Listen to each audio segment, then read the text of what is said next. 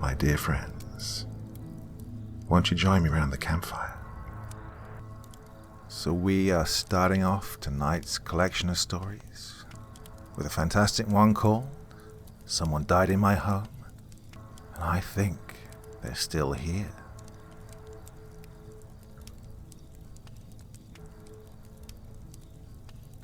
I've been reading creepy stories on no sleep for 3 years, but I never thought I'd end up being in one. The last few months have been the strangest and most frightening of my life. Most of my friends think I've gone a bit mad, or I'm making it up. So where else was I supposed to vent but on this subreddit?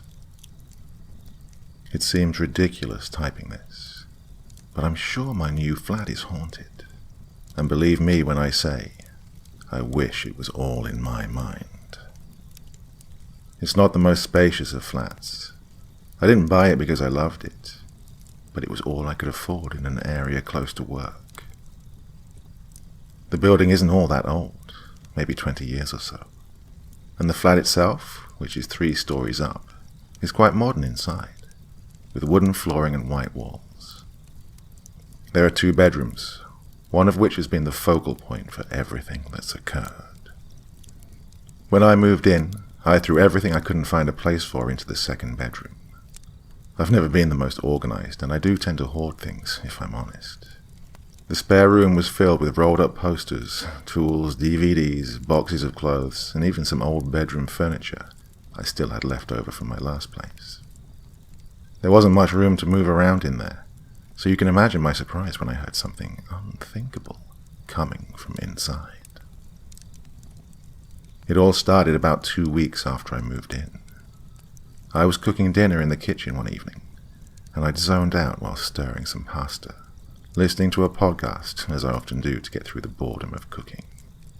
That was when I heard it. The boiling water faded into the background, as I realized that the sound of bubbles forming and bursting had been joined by a very distinct noise.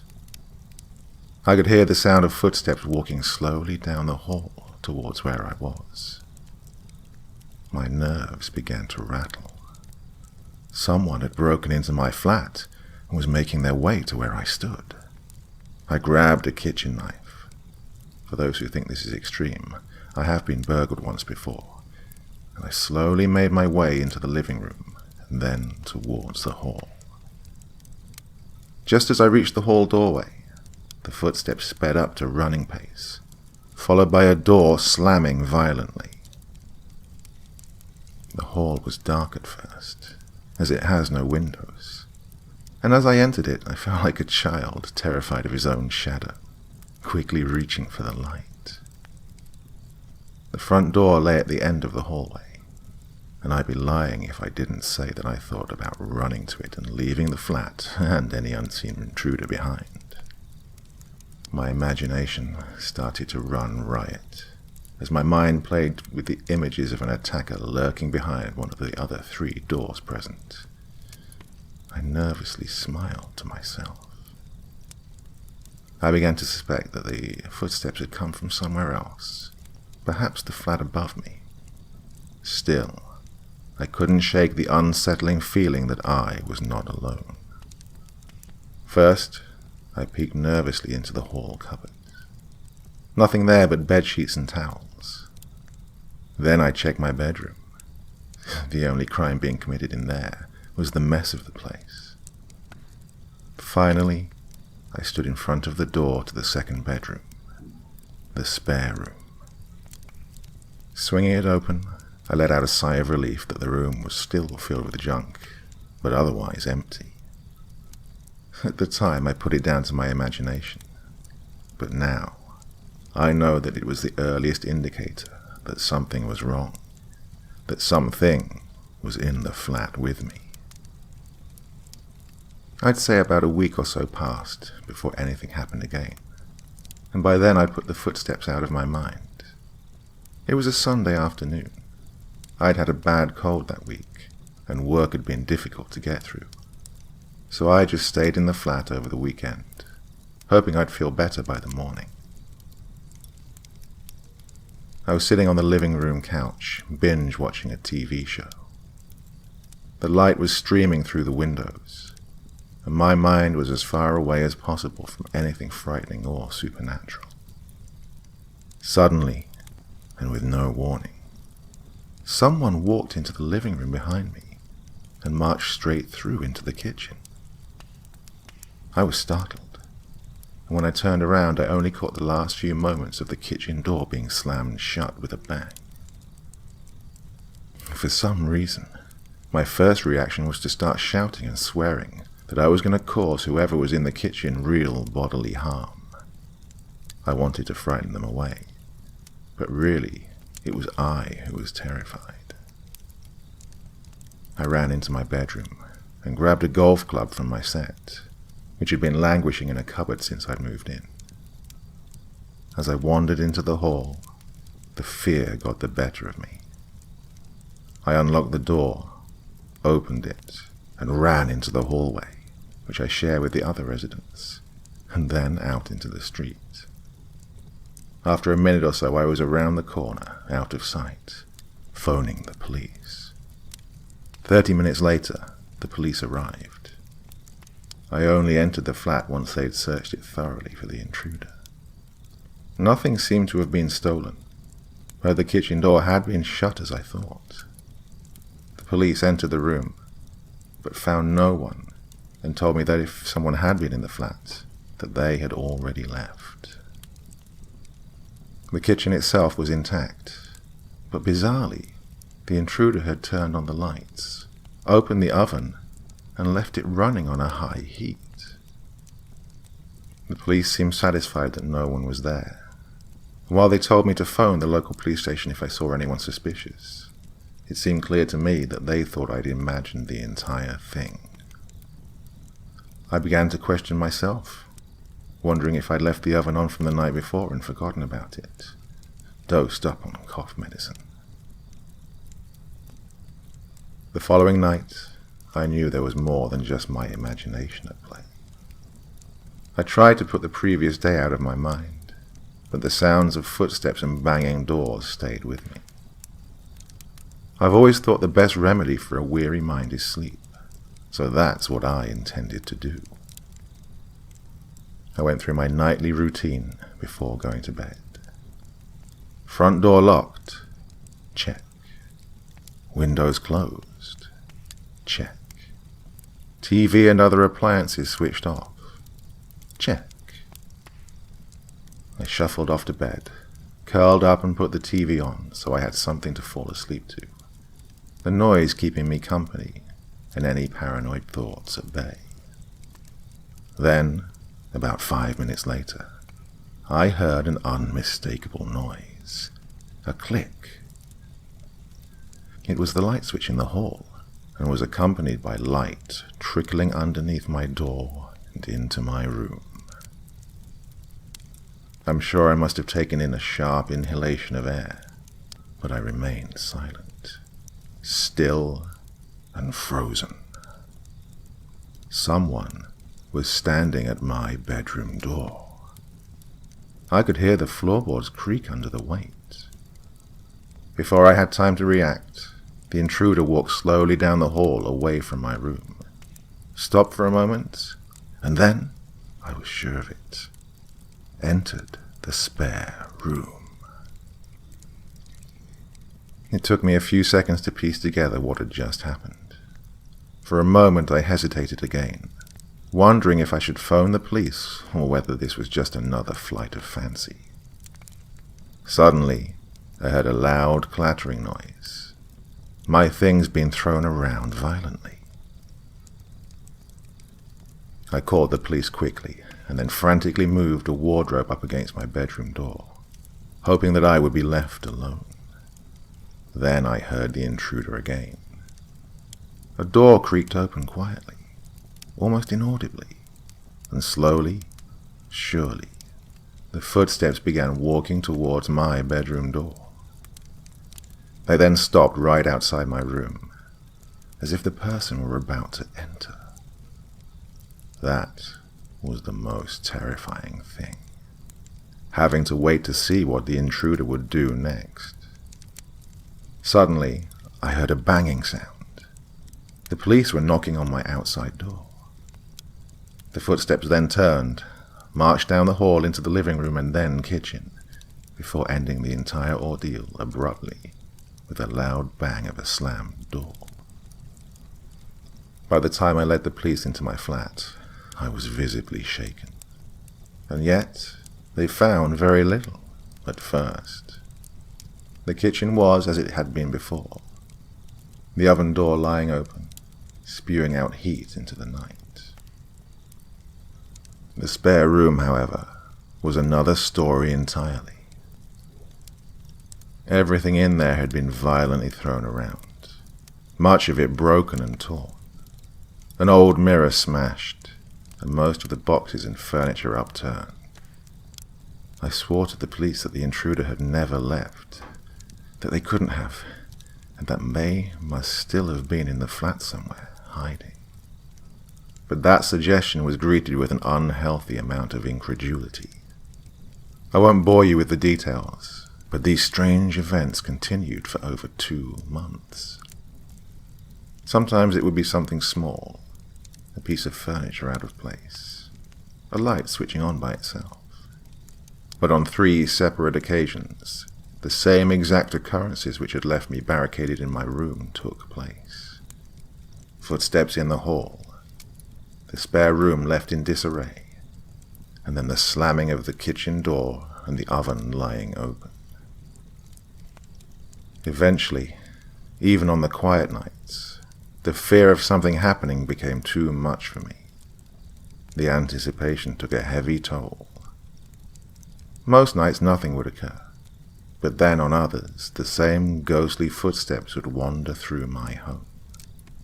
I just couldn't sleep there any longer. Finally, I couldn't bear it any longer, and so I spent several nights at my brother's, just to get a good night's sleep. I told him the truth, but he just seemed more worried about my state of mind than anything else. I don't blame him.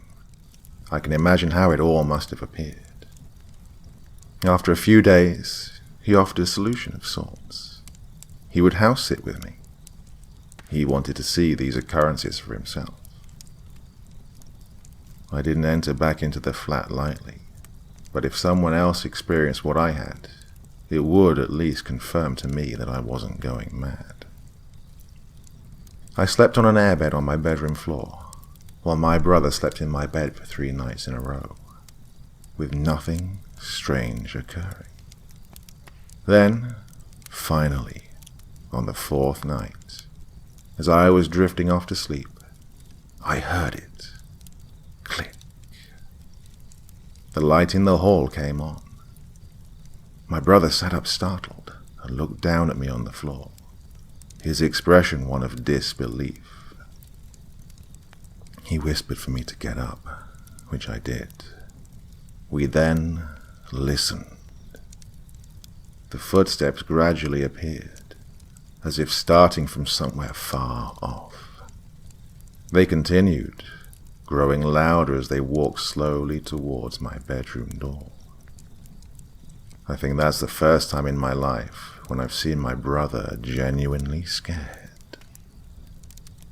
As the footsteps neared, he jumped out of bed and dragged my wardrobe in front of the door. It was then that he made himself quite clear, whispering in a low voice. He hadn't thought that anything would happen.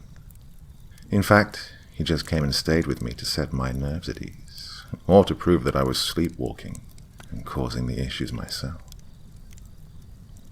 He didn't believe, but as the footsteps stopped outside the bedroom door, he swore under his breath and stood by the window.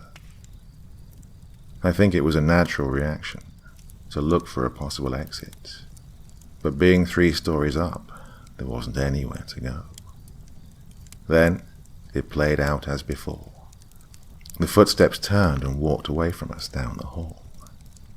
They entered the spare room, which was followed by the noise of my things in there being thrown around. Finally, the footsteps walked to my door again, stood, and then marched down to the kitchen, slamming the door behind. Neither of us slept the rest of the night, and in the morning my brother recommended that I leave the place behind and find a new home. Easier said than done. As a condition of my mortgage, I couldn't sell the place until I'd officially been living there for 2 years. He offered for me to sleep at his until I could find somewhere else to rent in order to wait the 2 years out, but I just couldn't afford it. My brother and his wife had 2 kids, and were trying for a third in a 2-bedroom house. Staying there was no long-term solution for any of us. Later that day he phoned me, overly excited by the idea that he had found a solution. He had been doing some research online to see if other people had experienced similar strange goings-on in their homes, and what they had done, if anything, to stop them from happening. He told me that he'd read a couple of similar accounts. Footsteps, lights being switched on and off, furniture being thrown around violently. One family from Arizona in the US had supposedly got rid of a similar unwelcome housemate by simply confronting it. Several experts, and I use that term lightly, believed that poltergeists and other noisy ghosts behaved in such a way because they were confused and reacted violently to this disorientation. I was skeptical, but as my brother continued, it began to seem less ridiculous and worth a try at least, especially if it meant I didn't have to sleep on someone's floor for the next 2 years until I could sell the flat. He then told me that one of these experts believed that such disturbances occur when the spirit of someone who's passed doesn't realize it's dead. When it wanders around a place which it used to call home, it sees objects, belongings, and so on, which are unfamiliar and simply cannot understand why. In this utter confusion, it lashes out, mostly at possessions, but occasionally at people who it sees as invaders of its home. One particular instance was reported in a family home. A bedroom would be thrown into disarray because it used to be the deceased's. By confronting the spirit while it was manifest, and telling it that it no longer lived there and that it had passed on, the entity dissipated and moved on. It all seemed like mumbo-jumbo to me, but then so did the very idea of a ghost, and by this point I was convinced one was living, or unliving, in my flat. We agreed then that we would at least try to confront it. I have to say I was curious, but part of me wanted to just leave it all behind. My brother had the idea that we should clear the spare room out completely, and sleeping there each night until the footsteps appeared. It made sense, as that was a focal point for the disturbances, but the entire weight filled me with apprehension. On the second night, it happened. There we were, sleeping on the floor like we did when we had sleepovers as kids, waiting in the spare room for something we didn't understand to appear. With everything removed, the room seemed bare, and I felt a strange sadness for the place, an emptiness. At around 1 a.m., I first heard it. Somehow I knew it would appear that night. I felt it in the atmosphere, like the tension before a storm. Click. The hall light came on. My brother looked at me with a mixture of fright and excitement. Silence. Then the footsteps began. They walked slowly down the hall to my bedroom door, and there they waited, while we waited also, in the place where my belongings had been bashed and broken over and over. Finally, they turned and began their slow, shuffling walk towards the spare room. where we now lay. By the time the footsteps reached the door, my brother and I were both on our feet. I've never been so scared, and I could hear the terror in my brother's shaking breath. Then the handle turned slowly. The door opened. Nothing. There was nothing there. Just an empty doorway. My brother had taken out his phone and was recording video, but he couldn't see anything but thin air. I can't remember the exact words we used, but between the two of us we hesitated, finally conveying that if anyone was there, they were dead, and that they no longer lived in the flat and needed to accept it and move on. Nothing. Again.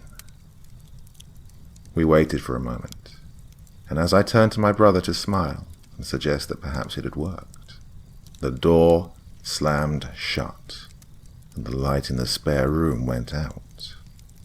Utter darkness. I panicked, and I'm a little ashamed to say I screamed for help, the fear of being trapped welling up inside me. I could hear my brother fumbling around. He told me to be calm. I wasn't. He told me to look for the door. I couldn't find it, disorientated by dark, as if the room had changed somehow. It felt smaller, cramped and stifled. Then, in the darkness, I heard it. My brother clearly did too, as he swore under his breath, asking if the sound was coming from me. My voice wavered and I simply said no. Behind us, in the gloom of that little room, we could hear breathing. The breaths were long and somehow carried threat with them.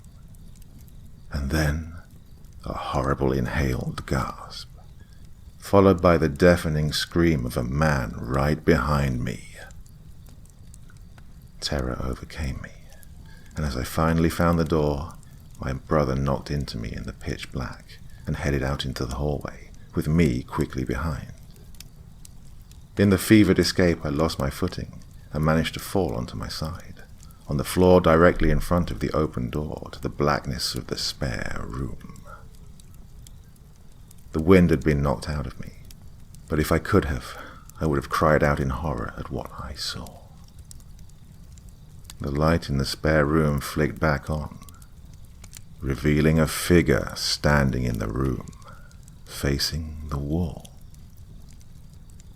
It began to turn slowly, and as it did, I could see what I can only describe as a face, its skin bloated and tinged with a bruised blue, and its hair oily and straggled.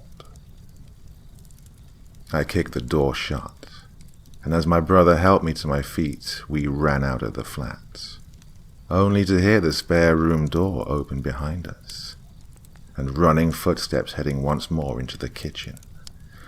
We did not look back.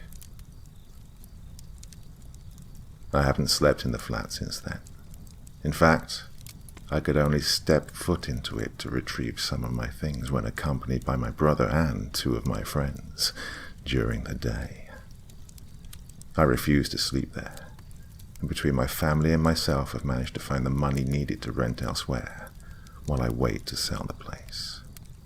It's further from work and the area isn't as nice, but I really don't care. After speaking to the couple who lived there before me, you might already suspect what they told me in way of an explanation. They too heard footsteps occasionally in the hall at night, but nothing else of consequence, and happily lived there with their young son for a few years. What they could tell me was that they had bought the flat from an estate agent and knew fine well the history, but not being superstitious, they knew they had a bargain on their hands if they ignored what had happened. The original owner had lived there by himself. By all accounts, he was a very private person, and so no one in the building knew him very well. One night a terrible scream was heard from the man's flat. And believe me, it is his. When neighbors went to his door, he did not answer, and soon afterwards the smell of gas filled the hallway inside. The emergency services were called and the building evacuated. When they entered the flat, they found the man's bedroom in disarray, his belongings torn and broken up. In the kitchen, they discovered his dead body, kneeling on the floor, half sticking out of the oven, his skin blue due to asphyxiation. I've thought about the entire events often, wondered why the man's ghost still lingers there. I've wondered why he made his presence felt more strongly to me than those who lived there before me. Most of all, there is one question. For some unknown reason, which never seems to leave me. What made him scream in the first place?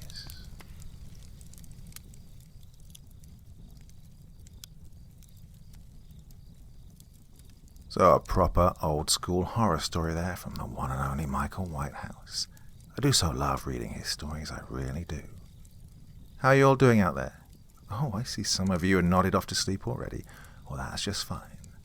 Those of you who are still awake, pass round the cold drinks, everyone.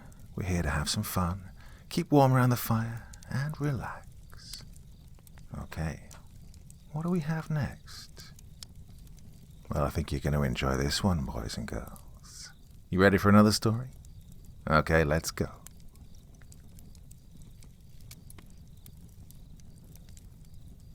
The Teddy Bear and the Room. Nightmares. What do they mean? For years I've tried to figure out their meanings, from documenting my own to the true terror tales of people from all over the world. There was only one nightmare I was curious about, but in the searching for answers, I found only pain and loss. It happened in 1998 during my trip to Hamilton Lodge, a lavish cabin owned by my foster mother's grandparents. I was to spend a few weeks there with my foster mother and her sister, who was also bringing her daughter along to get away from the busy streets of the city. Out of respect for my adopted family, I refer to her as my cousin. The family weren't unusual in any way, but they could sometimes be unusual. They would have a habit of staring at any wall on the northern side of the lodge. I'd asked a number of times, but the only response I would get would be, "Oh, it's nothing, just daydreaming." I'd like to think I got on with my foster mother's extended family, but in truth, I wouldn't usually speak to my foster mother's sister. She was what some would call quick to judge and quicker to brand. Oh boy, did she brand me. From the first day I came to live with my foster mother, she was at my throat. I did, however, get on surprisingly well with the niece of my foster mother. We'd spend most of the days doodling or chatting away, usually about our lives at the time, like what I was doing at middle school and my plans for high school. I told her of my aspersions of studying the human mind and what makes it tick, as well as my fascination with the paranormal. Well, the cousin enjoyed the paranormal, but only in horror stories she found online or she'd overheard at school. Well, she began to tell me of a story about how there was a hidden room in the attic of the lodge, one that had been locked by my foster grandmother. No one knows why it had been locked, but what was known was that it was a toy room, supposedly built for the grandmother and her imaginary friend. The imaginary friend was a teddy bear, fit to bursting and the size of a small person. Unfortunately, after a few nightmares involving the teddy bear consuming the grandmother, her parents had little to no choice but to lock the door and hide it. Well, I didn't believe any of the stories personally, although I did know that there was a room that had been locked in the attic. I'd accidentally stumbled upon it after playing hide-and-seek with the cousin. I was frantically searching for a hiding place, but all there was a large, old-fashioned wardrobe sat in the corner. Well, with little to no options, I hid in the wardrobe and slid myself to the back. I jumped as I pressed against the back and felt it slide away. Well, in my curiosity, I searched the newly exposed wall. To my surprise, it wasn't a wall, but in fact a door with a handle and keyhole. I jiggled the handle repeatedly, but to no avail. Upset and annoyed, I banged my fist hard into the door, but to my shock, the door banged back. A dull light emanated from the keyhole, and I found myself peering into the hole. Confused, I only saw glassy darkness, as if there was a mirror placed behind the door. Then a hand grabbed my shoulder and dragged me from inside the wardrobe, forcing me to scream. I'd been found by the cousin, who told me she heard me pounding on the door and assumed I was hiding there. During the night, I decided to sleep on the floor in the cousin's room. Recently, we'd agreed to try a sleepover, and this was what the cousin had asked for after she'd recently had some unsettling nightmares.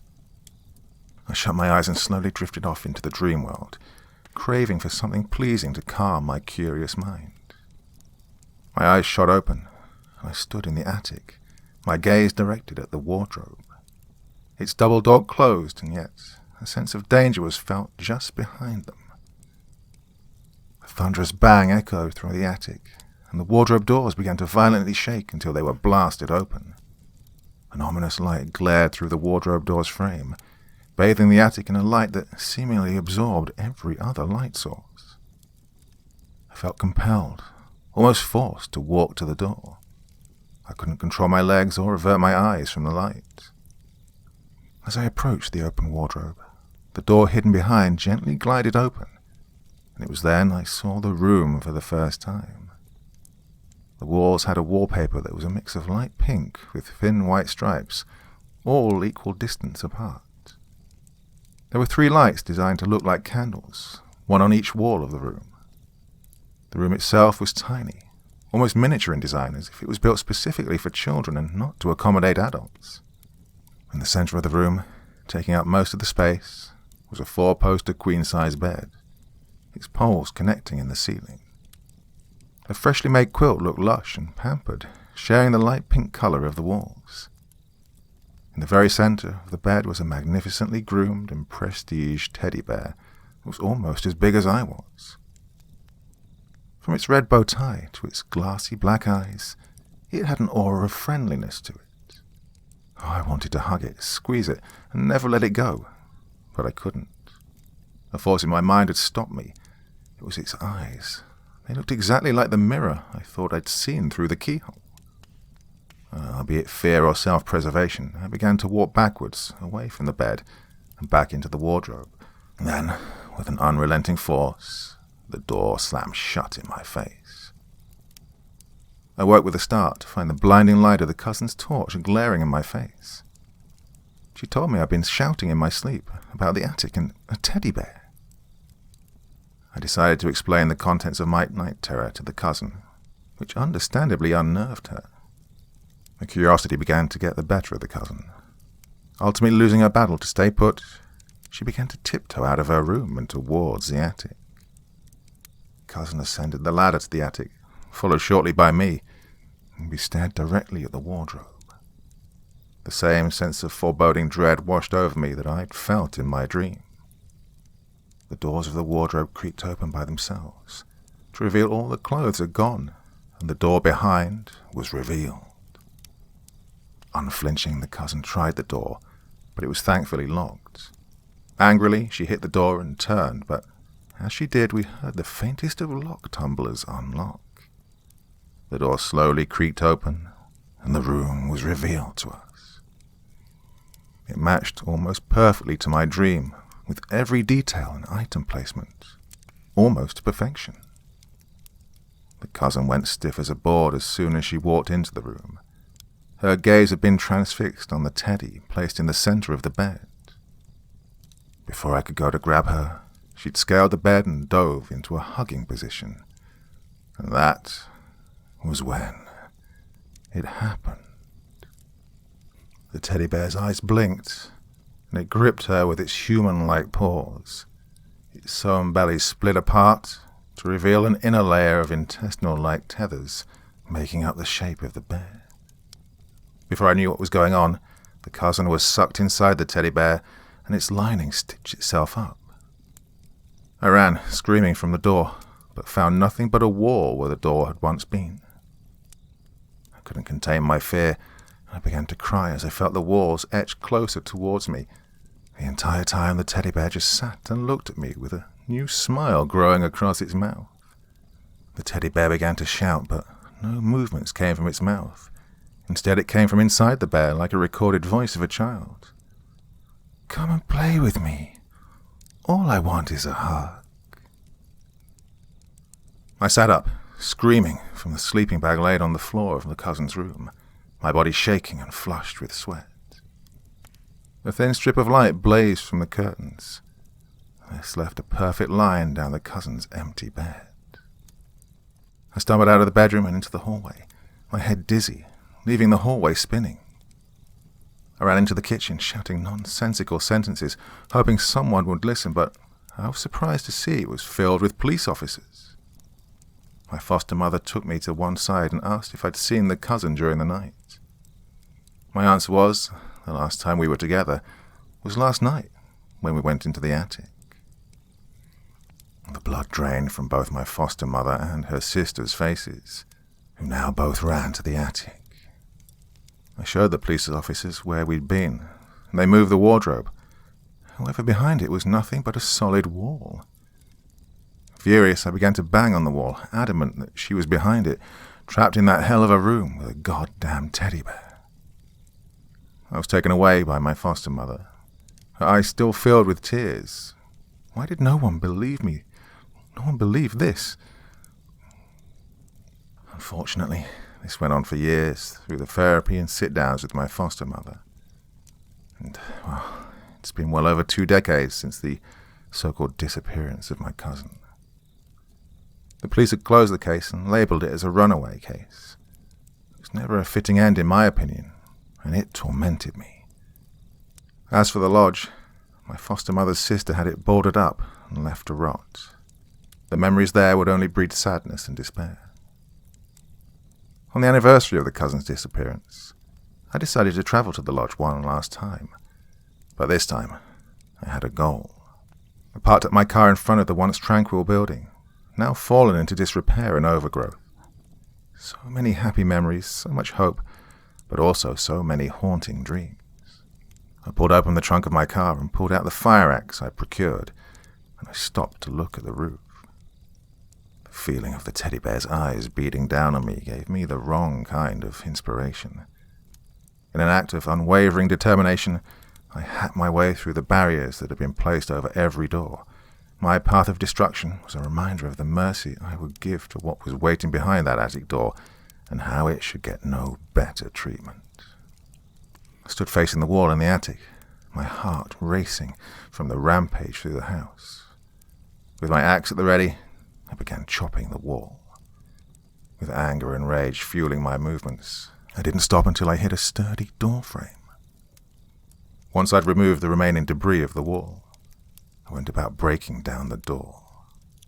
It felt surprisingly tough for such an old door. Its wood was somewhat well preserved, with no sign of age damage. Once the door finally gave way, I saw the room for the first time in 2 decades. Only now it was a far cry from the nightmare I remembered. The once pink and white walls that were perfectly plastered now had a grey and mouldy coating, one that came with water damage and age. The candle design lights hung from their positions with the wires exposed and ghastly green gunk dripping from the holes where they'd once rested. The bed had also fared no better, as the once pink quilt was nothing more than a dust-covered rag, riddled with moth holes and rodent droppings. The only thing in the entire room that was perfectly kept was that same old teddy bear, still sat in the same position on the bed. Images of the night I'd lost the cousin ploughed into my mind, forcing me to drop the axe and clutch my head. I looked at the teddy bear, its face still mocking me, no, taunting me. I pulled out a knife from my coat and lunged onto the bed, driving deep into the teddy bear's belly. As I cut it open, an ungodly smell of bile and decomposing meat hit me full force. I looked to the open bear. What I saw filled me with sadness, regret, and rage. Curled up in a fearing fetal position were the bones of my cousin. She must have been slowly digesting for years inside this bear, In this room, in this hell. I screamed in anger and swore bloody until my lungs gave out. And then I realized I was sat in a derelict room, shouting at an inanimate object. I turned to leave, but was stopped at a sound, something that sent a shiver across my entire body. In a low and hushed voice of something very old, the words, "Come and play. All I want is a hug," bounced around the room. I turned to see the bear begin to move from its spot, and its insides began writhing. Before I knew what was happening, I was tackled to the floor by the teddy bear, which felt as heavy as a full-grown person. I threw the bear off me and scrambled onto the bed. An ominous sound of cracking bones and splitting fabric ripped through the empty lodge, stirring the local wildlife. Slowly the bear stood up straight, casting a deathly shadow from the moonlight that crept through a hole in the roof. I stood shocked as the bear's once cuddly exterior began to warp and malform. The fur began to molt, and the face took on a more animalistic appearance. Long, thick claws began to protrude from its hand-like paws. All the while the same writhing movements were seen all over its body. With an ear-shattering shriek, the teddy lunged at me and sank its sharpened fangs deep into my arm. With force, I shook free of its bite, but now I was bleeding badly. I ran for the door, but was tripped over by something. Twisting, I saw the teddy bear had latched multiple writhing tendrils from its belly that were dragging me backwards. I desperately reached in any direction in hopes of grabbing something to stop me, and that's when I felt a wooden handle. Without thinking, I grabbed the fire axe and severed the tendrils from my legs. They writhed for a few moments before they went dead, and this opened my attention back to the teddy bear. In a moment of rage, I swung the axe and lodged it into the teddy's neck. An ungodly amount of foul-smelling blackened pus rained onto me as a sickening shriek from the teddy bear echoed all round. With a satisfying thud, the teddy bear fell to the ground limp, and the lodge fell into a somber silence. It was over. The nightmarish demon that had haunted me was finally gone. I couldn't help but crack a smile as I stared at the now dead teddy bear. For everything I'd just done, I also felt an overwhelming sense of sadness wash over me. Still sat in the stomach of the teddy bear was my cousin, cradled in her fearing fetal position. I took a skeleton out of the teddy's carcass and brought it outside. After what she must have gone through, she should have a proper burial. I took out a can of kerosene I brought and began dousing the room with the liquid, ensuring I covered the teddy bear especially well. Then I lit a match and threw it onto the bed, allowing myself to finally feel happy. Watching the flames erupt to the roof, releasing a feeling of satisfaction deep inside me. And I left the lodge to burn. Lord knows, it should have been done long before I'd stayed there.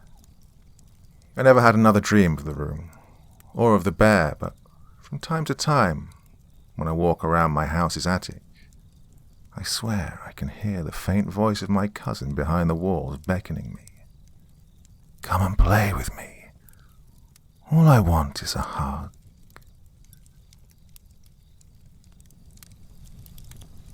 When you were young and growing up, I bet there was that one creepy old place in your neighborhood that scared the living death out of all the local children. Some old abandoned house or other such place. The kind of place about which rumors abound, and where no young person dare set foot. You're thinking about that place right now, aren't you?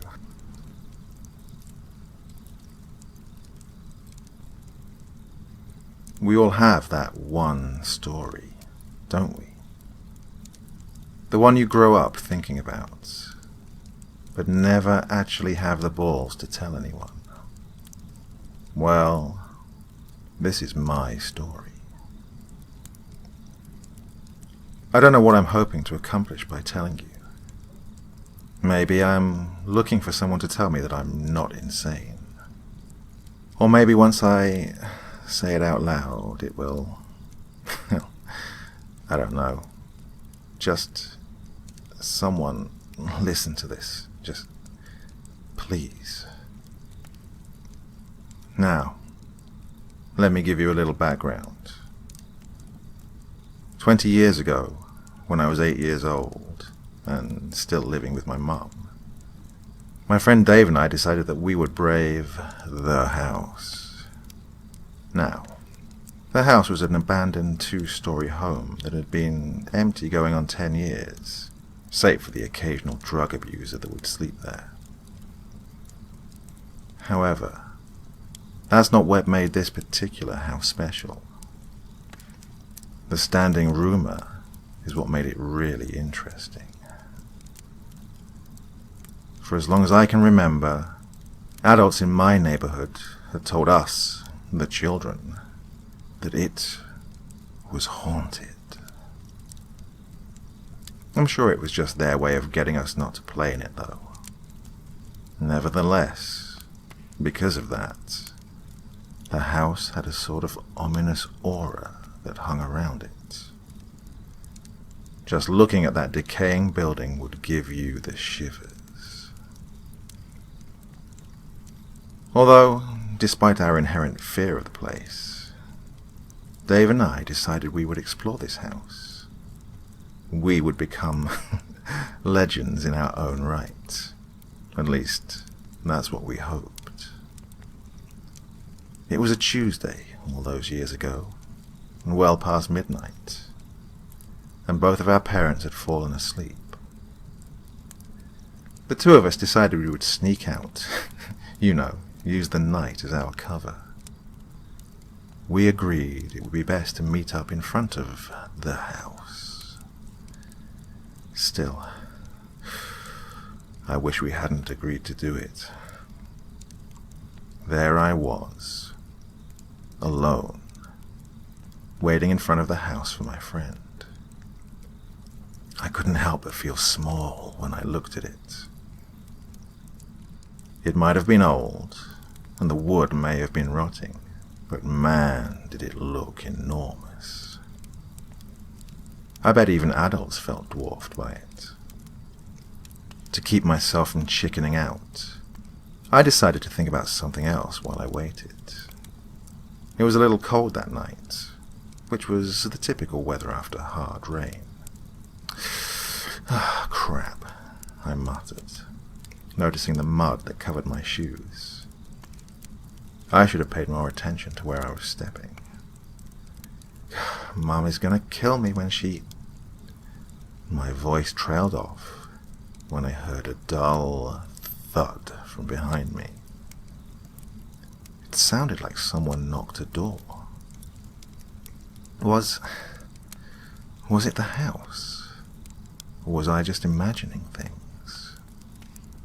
I spun around, expecting to see a hairy monster behind me. Instead, it was just the house. Broken windows, splintered wood, and a roof that had more than a few holes in it. Just the usual, nothing to panic about. I should have been relieved, but I found myself slightly shaken. Soon I would be stepping into one of the most feared places in our neighborhood. I wasn't even inside yet, and I could already feel the slight tremor in my hand. Before I could reconsider the mission, Dave arrived. I quickly stuffed my hands into my pockets to hide the quiver. I could see his small figure bouncing up and down. The little jokester was skipping across the street. My fears were immediately replaced with giddy laughter. "You're such a clown," I managed to say in between my giggles. We both reached out and shook hands, like his father had taught us. Luckily, he didn't notice the tremor. Dave used his hands to smooth back his black hair, kind of like a greaser would in a cliched movie. "You ready for this?" He nodded towards the door. Typical Dave. He always tried to look cool. Whether it was riding his bike with no hands or sneaking into an abandoned house, he never failed to give off the "I'm a badass" vibe. I tried my best to sound nonchalant. "Only if you are, Davy." The comment awarded me a slight snicker. Dave hated it when I called him Davy. He said it sounded girly, and that's exactly why I used it. Rather than shoot a retort at me, he simply nudged me towards the house, and we began walking to the door. Our small feet made quiet echoes in the street. I was worried it might wake someone. If we had any doubts about what we were doing, that moment would have been the right time to bail out.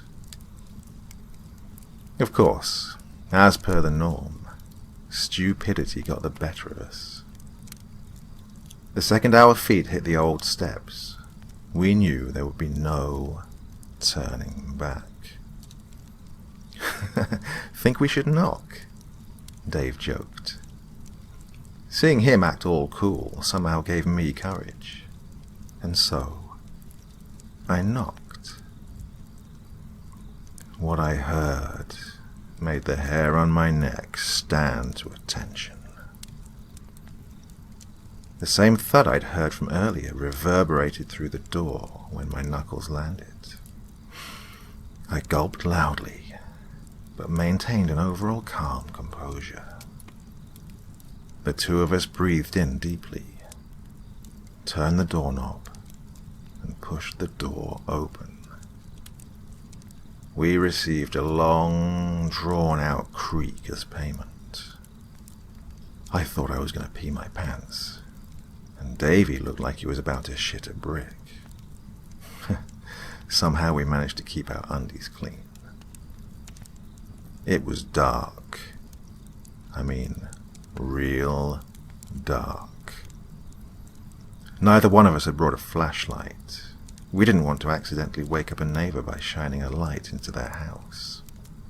Given the circumstances, we decided it was best to use moonlight. Our eyes were met with a dimly lit house. It took a minute to adjust to. The house was littered with trash, covered in graffiti, and was seemingly falling apart all over. And yet, it didn't seem as frightening as we were led to believe. Sure, the darkness made it look spooky, but as I looked at the cracked marble floor, I couldn't help but be reminded of my house. This isn't so bad. Yes, it was me who broke the silence. "Do you think the ghost will be pissed that we tracked the mud in the house?" Dave laughed and pointed at the floor. Little footprints followed us all over the house. "Remind me to clean my shoes before I go back home," I giggled at the thought. Here we are in the big, spooky house, cracking jokes about muddy shoes. It was all fun and games. After familiarizing ourselves with the first floor, which consisted of an empty living room, a kitchen with rotted food in the cupboards, a bathroom with a disgusting toilet, and a curious-looking locked door, we decided to explore the second floor. We ascended the stairs together, Dave leading with his brave face on. The wooden stairs were old, much like the rest of the house, and each step left us wondering if it would collapse beneath us. "Think the ghost is up there?" I asked, half sincere. Dave chuckled at the question. Ghosts probably aren't even real. We'd reached the end of the stairs and were on the top floor. It wasn't a big second story. 2 hallways, one to the right and one to the left. 4 rooms for the 2 of us to explore. "Let's go left," Dave suggested. So we went left and into the first door. The door was already open, so we just peeked our heads in. The first thing I noticed was the hole in the roof. Moonlight was shining through it, and it gave us a faint light to survey the room with. It wasn't a very nice room. Actually, it was kind of like my room. Probably big enough to have a bed, and dresser, maybe a desk could fit in too. We couldn't see inside the closet though. The light didn't quite reach it. Dave looked at me, and I looked at him. "I bet there's something cool in there. Let's go look," Dave suggested with a mischievous smile. Not sure what we were hoping for exactly. A treasure in a closet or something. Just before I stepped into the room, I heard the familiar thud noise. The one that was made before, and when I knocked on the door. My heart felt like it was going to stop. The noise was distant, but there was no mistaking it. My first instinct was to run, but I couldn't leave Dave behind. He, of course, paid no mind to it. Hell, he was already in the room walking towards the closet. And it was at that moment that things went to hell. I never even had the chance to warn him. The second Dave stepped into the center of the room, there was a frightening crack. He didn't have time to react. The wood splintered, the ground beneath him gave way, and he fell through the floor. I nearly jumped out of my skin. Everything in front of me was crashing down. The wood was so old and decayed that it couldn't even support Davy. Dust and dirt flew everywhere. By the time it was over, it was hard to breathe. Wait, Dave didn't make a sound. Did he die on impact? Was he okay? My mind had never raced so fast. "Dave! Dave!" I shouted in between coughs. "Dave, are you okay?" I repeated the question a few more times and waited. After an agonizing minute, I got my response. "I'm okay," he answered weakly. "Not a scratch on me." I peered down the large hole that was now in front of me. Dust was everywhere, but as it cleared I could see him more clearly. There was Dave, and he was completely intact. And guess where I am? I sighed deeply, glad that he hadn't lost his sense of adventure. "I'm in the locked room. Get down here. I'll open the door for you." He wiped the dirt off his forehead and motioned for me to come down. I obediently turned around and headed for the stairs, preferring to take the safe route down. As I reached the bottom of the stairs, I noticed something odd. Were those big footprints always there? 2 frighteningly large footprints had been left on the floor. And there was something odd about them, though. They didn't look human.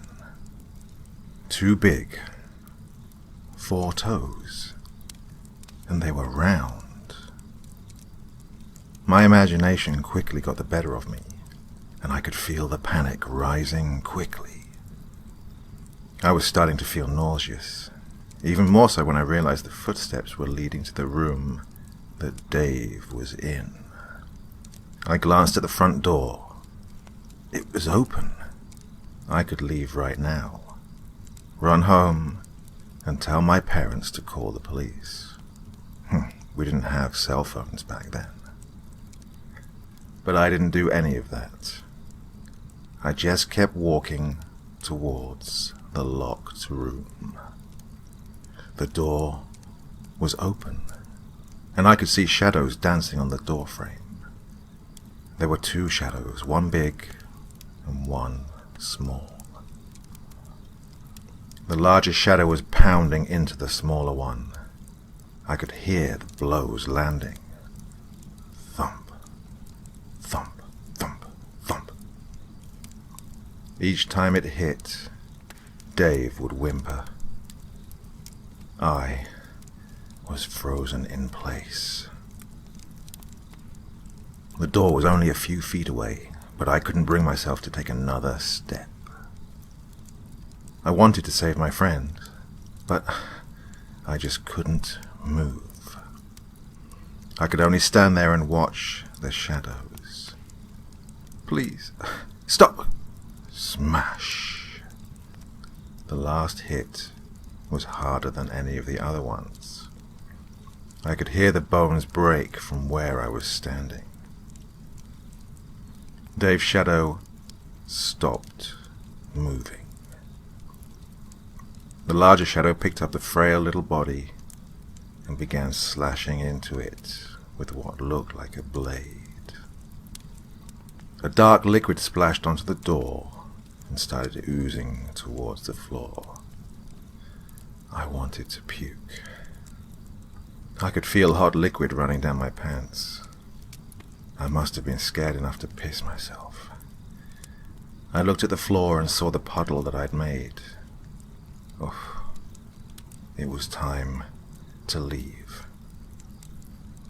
I took one last glance at the door, and what I saw when I looked up still haunts me today. A large humanoid figure stood in the doorway, holding Dave's body.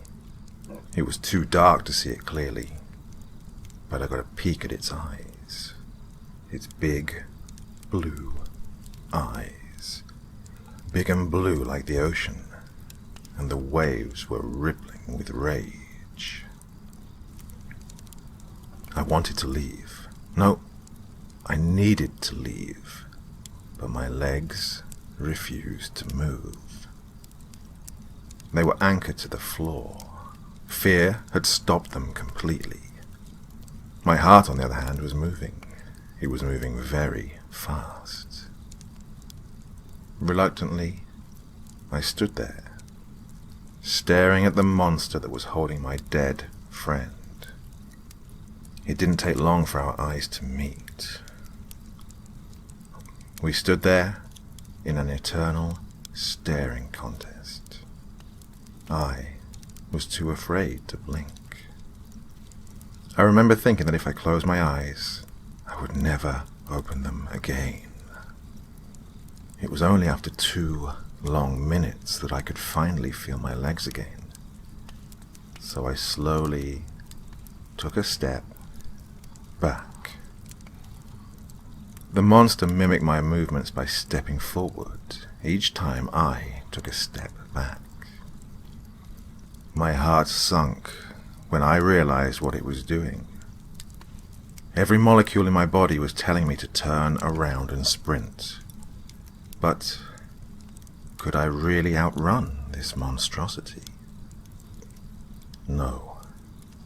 There was no way.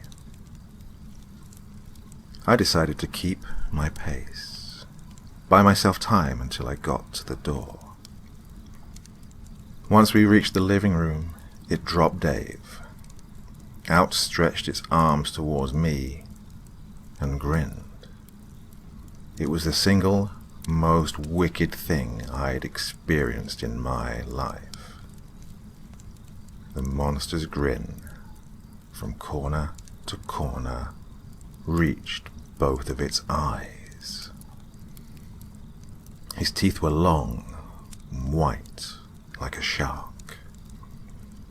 We were almost at the door, but he was no longer mimicking my steps. For each step I took, he took too. Step by step, he was closing the gap. The moonlight from the window shined on his outstretched arm. Its hand was human-like, only there was something off about it. The nails were long, the skin was rotted, and some of the flesh looked like it had been scratched off. It was enough to make me dizzy. Soon, I could hear it breathing. Each breath was labored. It was almost wheezing. One more step and I would see its entire body in the moonlight. I didn't want that. That thought alone was enough to make me turn, grab the doorknob, throw it open, and rush out of the house. I didn't dare look over my shoulder until there was some distance between the two of us. I expected to turn around and see the monster lumbering after me, but, surprisingly, it wasn't. The monster never came out of the house. It didn't chase me down the street. It didn't rip me to pieces. It just stood there, on the porch, waving goodbye. Its malformed hand slowly rocking back and forth, with the same deranged smile on its face. A few days later, when the police report was made public, my parents told me that the monster was just a hobo on drugs. The police had found Dave's body next to a dead homeless man. Apparently he'd overdosed shortly after I'd left. I tried to tell myself that I was just imagining things and that there was no monster. But I don't know what to believe. I've been thinking about it a lot lately. I can't get that fucking smile out of my head. I'm done with this. If I say any more, I'll start having nightmares again. Ah, food's here anyway. I just heard a knock at the door.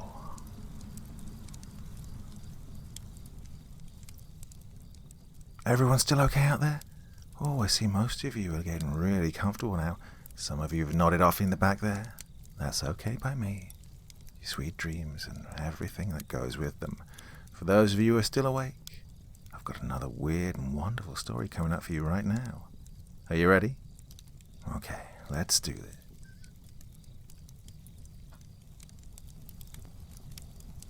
People like to make fun of me because one of my hands is slightly smaller than the other. They probably wouldn't laugh if they knew the story behind it. You see, back in grade school we used to hide out in this dark corner under the stairs at lunch and share horror stories. It was a perfect spot because it was naturally kind of spooky, and because it was out of sight from our teachers and hall monitors, who banned everything we ever liked, horror stories included. There was this one tale that Kevin Farland, or Fartland as we called him, liked to tell the new kids. The story of Baxter Baby Hands. I'll never forget the first time I heard it, because I started laughing and Fartland punched me in the face. Good times. As Fartland's story goes, there was once an orphan named Baxter who worked in a factory town in the olden days. Back then, it wasn't uncommon for factories to employ kids to fix their machines whenever they got jammed, because they were smaller and could fit through the gears. Baxter had the smallest and most nimble hands out of all the kids working at this factory. So small, in fact, they called him Baxter Baby Hands. He was the one they always called on to fix the big grinder near the back. One day, the foreman asked him to go pluck out a rock caught in the grinder's gears. problem was, he'd forgotten to turn off the machine. So, little Baxter walked over to this big machine, reached inside, and yanked out the rock. As soon as he did, the gear started turning again, and Baxter's hands got crushed. They say his scream could be heard 2 towns over. Baxter survived, but his hands were gone forever. He was just a poor orphan kid, so the doctors didn't bother doing anything beyond patching him up. And, of course, without hands, he couldn't work anymore. Back then, if you didn't work, you were useless. They say Baxter starved to death, holding out his mangled stumps like a homeless person begging for food. But any money anyone might have thrown his way slipped between the fingers he no longer had. A few days passed, and then, one night, the factory foreman woke up to something small and soft against his cheeks. At first he thought it was his wife's hand, but as it came in for another stroke, he realized it was much, much smaller, about the size of a baby hand. He opened his eyes and saw Baxter leaning over him, with itty-bitty hands growing out of his stumps. His wife found the foreman the next day, dead, with both hands cut off.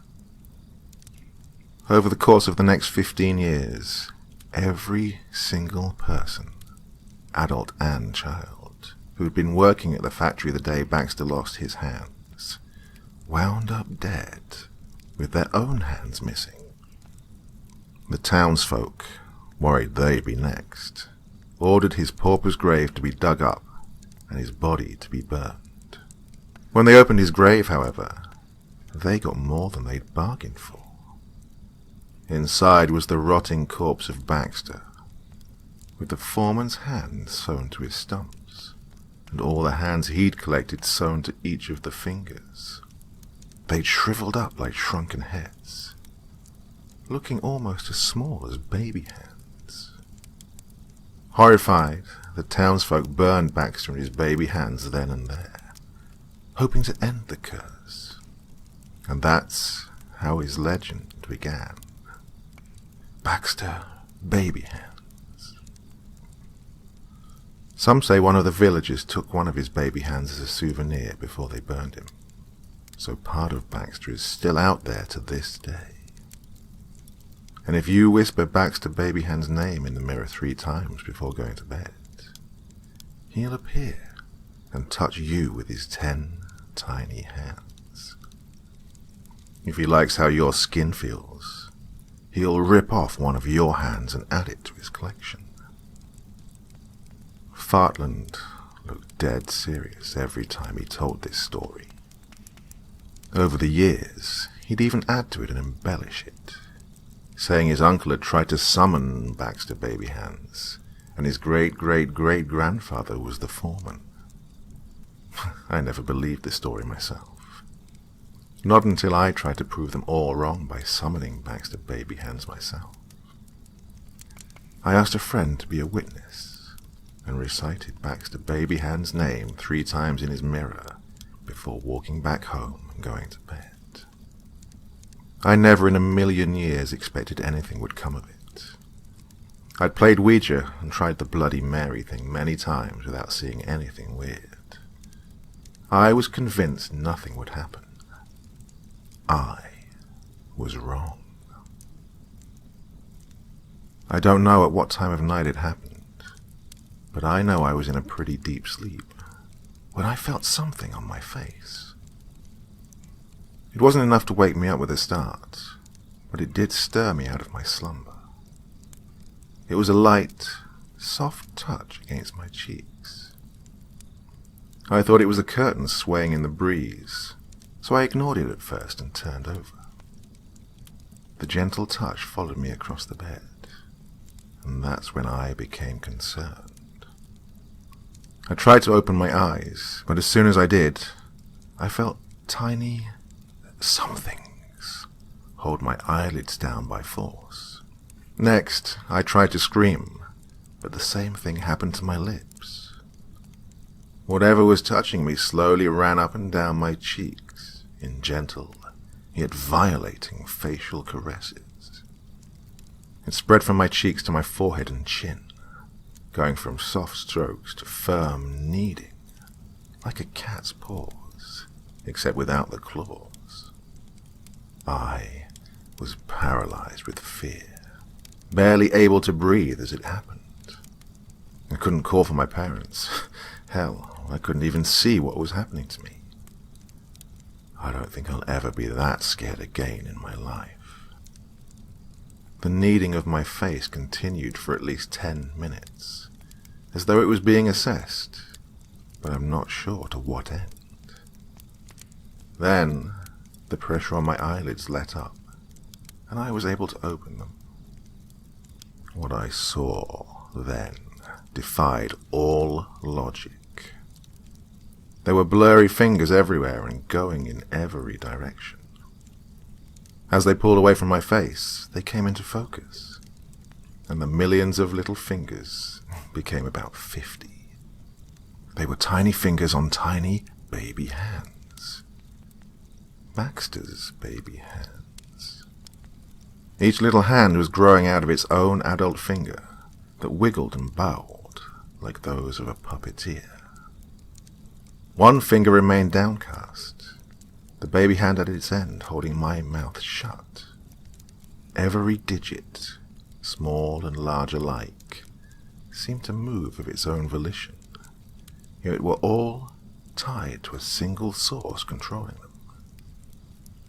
That source was a man standing behind the veil of fingers. He was short for his age and wore rags that looked 3 times too small. They were stretched out as though he'd slowly grown out of them, but never bothered changing into something better suited for him. As for his face, I honestly don't remember it. My eyes were too busy looking at the hypnotic mess of his many hands. It was hard to focus on anything else. Baxter smiled and pulled his right hand closer to his face. All 6 of the index fingers on it rose up to shush me as he released my mouth. I didn't know what to think, but I knew better than to scream. Something told me it would be worse if I screamed. He then reached for his left hand and plucked out one of his baby hands. It came off with an innocent pop. No blood, no resistance, like a carrot coming out of the soil. His right hand, or rather hands, gripped my left one tightly. They pulled at it so hard that I started crying soundlessly. The pressure was immense, like being the rope in a tug-of-war. Suddenly, I heard a pop, and I lost all feeling in that hand. I didn't want to look down, but my eyes did it on their own. My left hand was gone, and in its place was just a smooth, bloodless stump. I tried to scream, but a pair of baby hands quickly pushed my lips together until I could only groan. I then watched as Baxter pressed his severed baby hand against my bloodless stump, and I felt a prick as the small veins on it reached into my skin and connected with mine. I could feel the baby hand, and, within minutes, I could even wiggle its fingers. The sensation was beyond bizarre. I knew it wasn't mine. It felt different, but I had control over it. Baxter Baby Hands then put my left hand where he'd removed his own. It attached and deflated to the size of a baby hand. Without a single word, he turned around and walked out of my bedroom door. I was beyond horrified. I just sat there in shock and watched the tiny baby hand at the foot of my wrist. It started to grow as I watched it.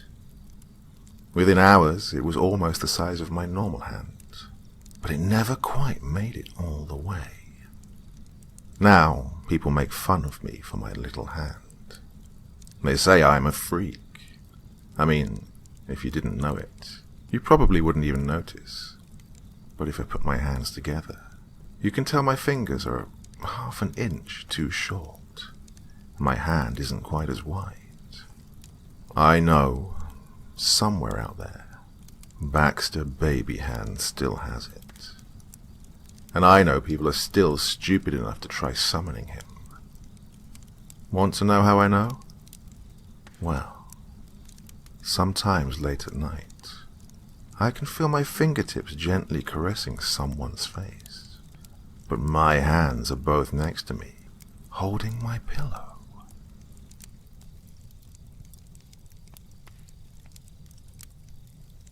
Ah, the sound of the crackling fire. It really is very seductive, isn't it? Hope these stories are helping you relax and get ready for your night's sleep. Well, see, most of you are still with me. A few of you drifted off, that's okay. One more short story to send you off to the land of the wonderful sleep. Ready? Okay, let's do this.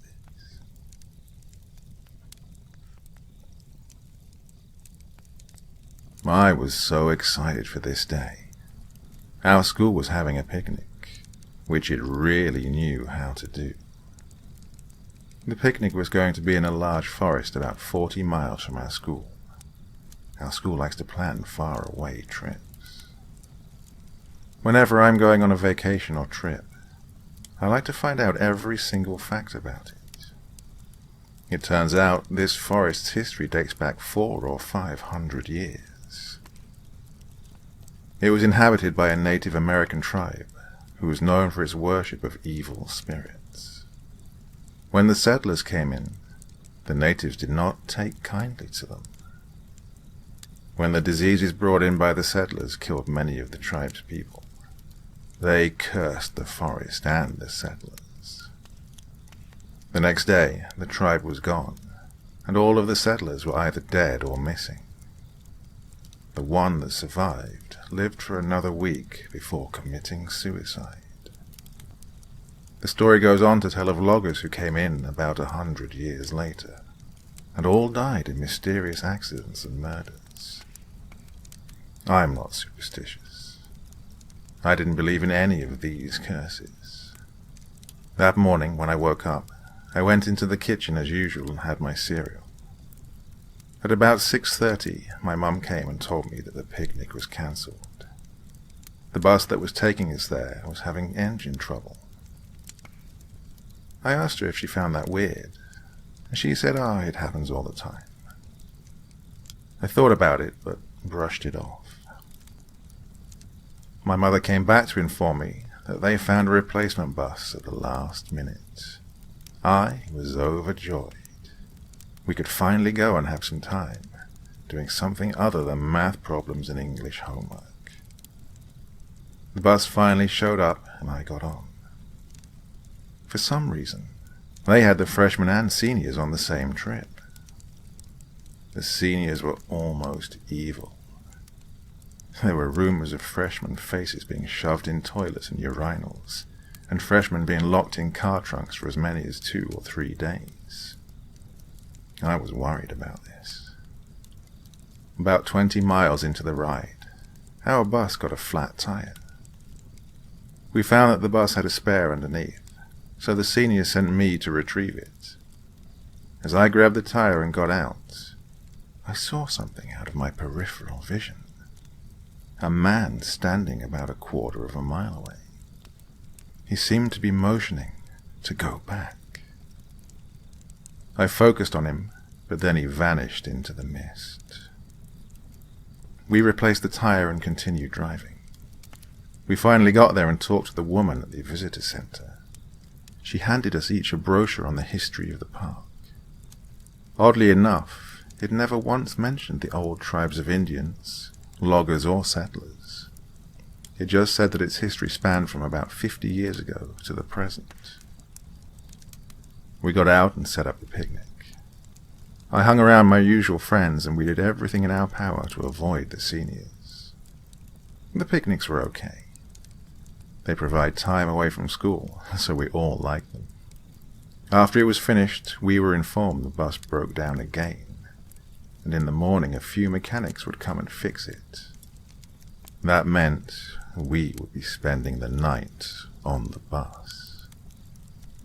That worried me. There is no way those seniors would pass up an opportunity to prank us. So, as night fell, my group would keep 2 people on watch, and we would rotate every hour and a half. Of course, the first 2 fell asleep within the first 2 minutes. Here we were, in a haunted forest, with seniors ready to scare us. I woke up and checked my watch. 2:30. A note on my chest read, "Have fun, seniors." I was extremely angry, but my anger turned to fear. There was something about this forest. The tall, leafless trees, the dark, foggy distance, the wind. My God, the wind. I kept hearing it as though it was saying, "Be afraid." I kept hearing it. It wouldn't leave my head. "Shut up," I screamed. "Who are you?" I kept seeing movement from the corner of my eye. I ran. I didn't know which way I was going, but I didn't care. Then, in the distance, there stood a tall, thick, unmoving figure. It was all black except for the eyes. The eyes. They were an ominous blood red. It moved. It walked in an odd, disturbing strut. I ran. I could see its shadow. The trees swayed with the wind, as if they were alive. I tripped. It was gone. I saw an unlit, small cottage in the distance.